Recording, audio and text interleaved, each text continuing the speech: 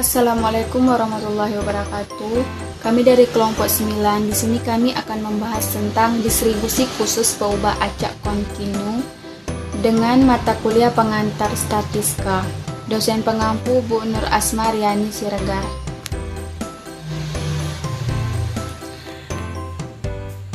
Adapun kelompok 9 yang terdiri dari 4 orang. Yang pertama Nadia Tri Agustina dengan NIM 2003020062. Yang kedua Nur Ain 2003020057. Yang ketiga saya sendiri Nur Ardillah 2003020053. Yang keempat Tila 2003020050. Pokok materi yang kami bahas di sini ada 3. Yang pertama distribusi normal, yang kedua distribusi gamma, yang ketiga distribusi C kuadrat.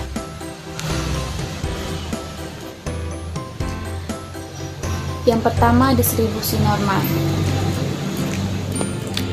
Distribusi normal terdiri dari 5. Yang pertama, sekumpulan nilai data kontinu akan terdistribusi secara normal atau membentuk kurva simetris.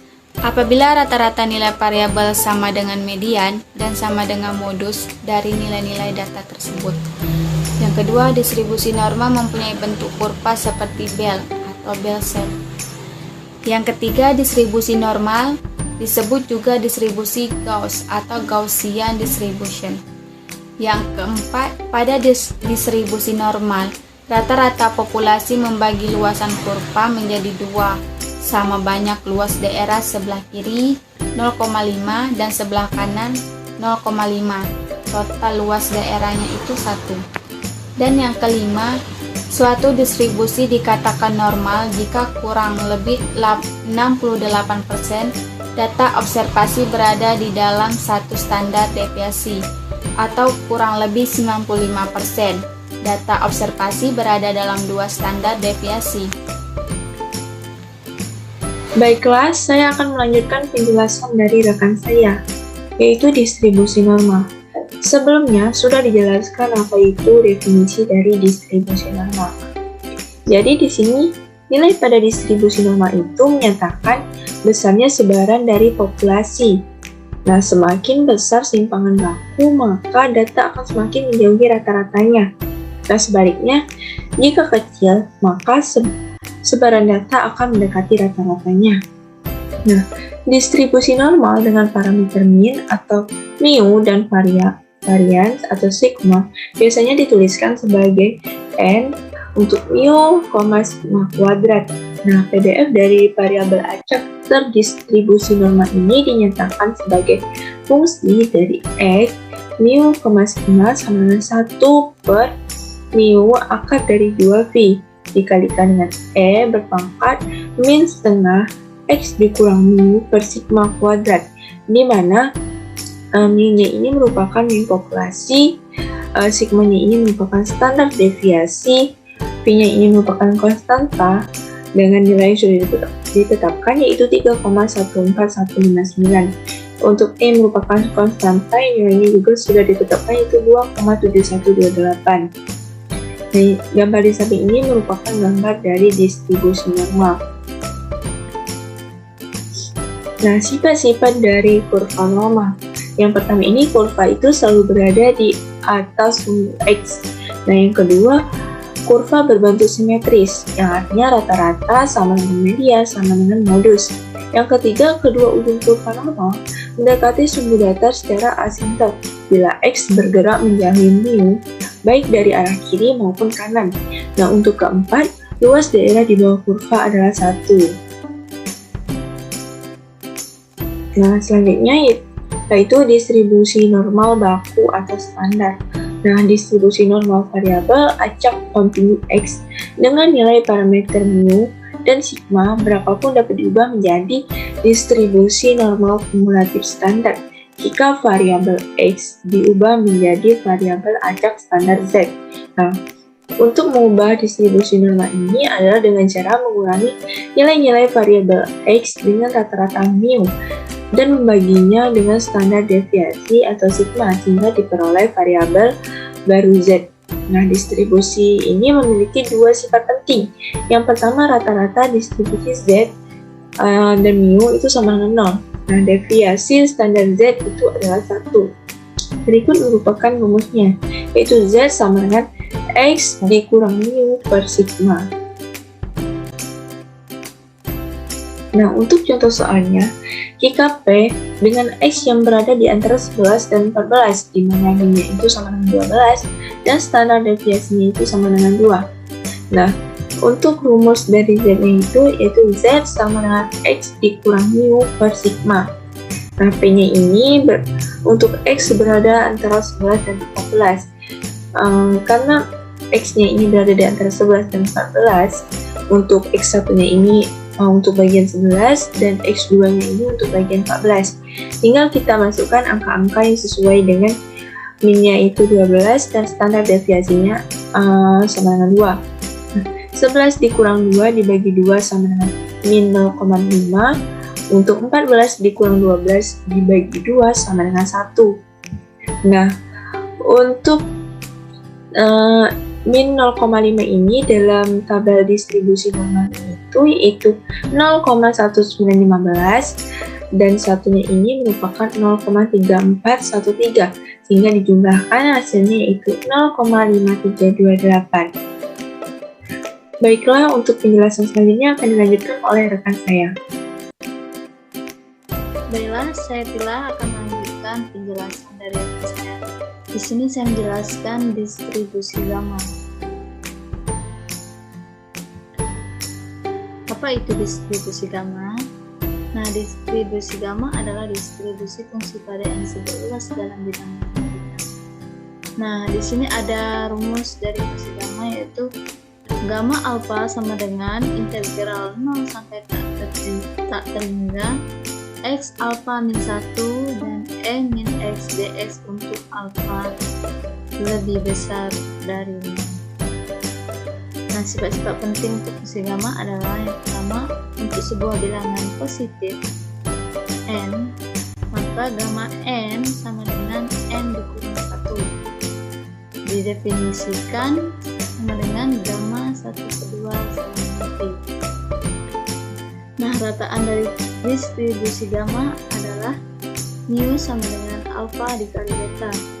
Nilai variansi dari distribusi gamma adalah gamma kuadrat sama dengan alfa dikali beta kuadrat.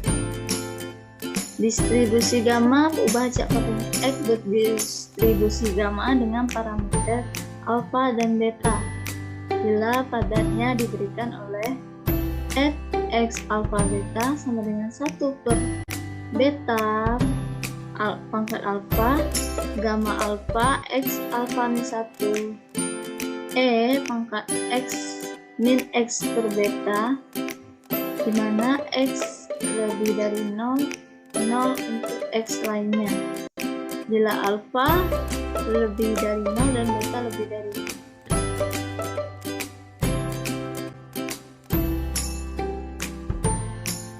Kita masuki ke contoh soalnya, yaitu suatu panggilan telepon datang pada papan switching mengikuti proses periksaan dengan rata-rata 5 sambungan datang untuk peluang hingga 1 menit berlalu baru 2 sambungan yang datang.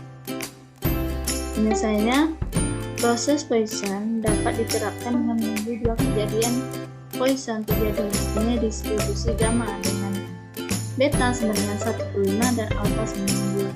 Misalkan X adalah selang waktu sebelum 2 panggilan telepon datang, satu peluangnya adalah di mana rumus peluangnya adalah ini, terus kita masukkan X-nya 1 sama dengan 25 integral 0 sampai 1 X E min 5 X dx 1 dikurang E min 5 dikali 1 dikali 1 tambah 5 sama dengan 0,9. Baiklah, saya akan melanjutkan penjelasan dari rekan saya untuk distribusi Q kuadrat. Jadi, distribusi Q kuadrat adalah sebaran yang dibentuk dengan mengkuadratkan normal baku. Jika dipunyai sebuah variabel normal baku dan kemudian dikuadratkan, maka akan terbentuk sebaran ini dengan derajat beta 1. Hal ini bisa faktorisasi, yaitu jika ada n berubah z, lalu masing-masing dikuadratkan dan setelah itu dijumlahkan, maka akan membentuk sebelah ini dengan derajat bebas n. Rumus dari distribusi ini adalah sebagai berikut.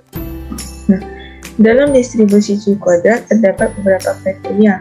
Yang pertama, total area yang berada di bawah area kurva adalah 1. Yang kedua, kurva distribusi ini selalu melenceng kanan. Yang ketiga, semakin besar jumlah derajat bebas, kurva distribusi C kuadrat semakin mendekati distribusi normal. Yang keempat, rata-rata dari distribusi ini adalah derajat kebebasan, sedangkan variansinya adalah 2 kali dari derajat kebebasan. Yang kelima, ketika nilai derajat kebebasan adalah 3 atau lebih, puncak dari distribusi ini sama dengan df2. Nilai ini merupakan cara untuk menentukan nilai modus pada distribusi ini. Terdapat 3 jenis uji C kuadrat berdasarkan jenis sampel. Yang pertama, uji C kuadrat 1 sampel, yang kedua 2 sampel, dan yang ketiga K sampel. Contoh, sebuah rubik memiliki 6 warna, yaitu merah, biru, kuning, hijau, putih, dan hitam. Rubik ini dilemparkan sebanyak 240 kali. Frekuensi yang bisa muncul adalah warna pada rubik, yaitu merah, biru, kuning, hijau, dan putih, dan hitam, dengan frekuensi masing-masing adalah 36, 42, 48, 31, 35, dan 48.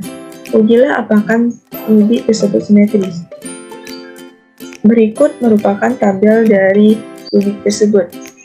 Karena peluang terpilihnya satu warna adalah sama dengan yang lain, maka peluang terpilih satu warna adalah 1/6, sehingga frekuensi ekspektasi adalah 1/6 kali 240.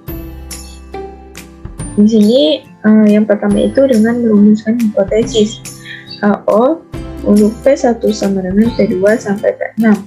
Nah, tidak ada perbedaan frekuensi munculnya semua warna. P1 untuk P1 tidak sama dengan Pn, setidaknya ada satu frekuensi warna yang tidak sama. Yang kedua, mendapatkan garis signifikansi dan derajat bebas, yaitu dengan ketentuan alfa sama dengan 5% atau 0,05. BK sama dengan N kurang 1 sama dengan 5. Ketiga, menentukan daerah kritis. Dan HO gagal ditolak ketika X kuadrat hitung kurang dari sama dengan X tabel. HO berhasil ditolak ketika N kuadrat hitung lebih dari X tabel. Yang keempat, melakukan pengujian statistik, seperti pada gambar di bawah ini. Yang kelima, menarik kesimpulan. Nah, pada tabel X kuadrat, tabel dengan signifikasi 0,05 dan derajat bebas 5, diketahui nilainya adalah 11,07.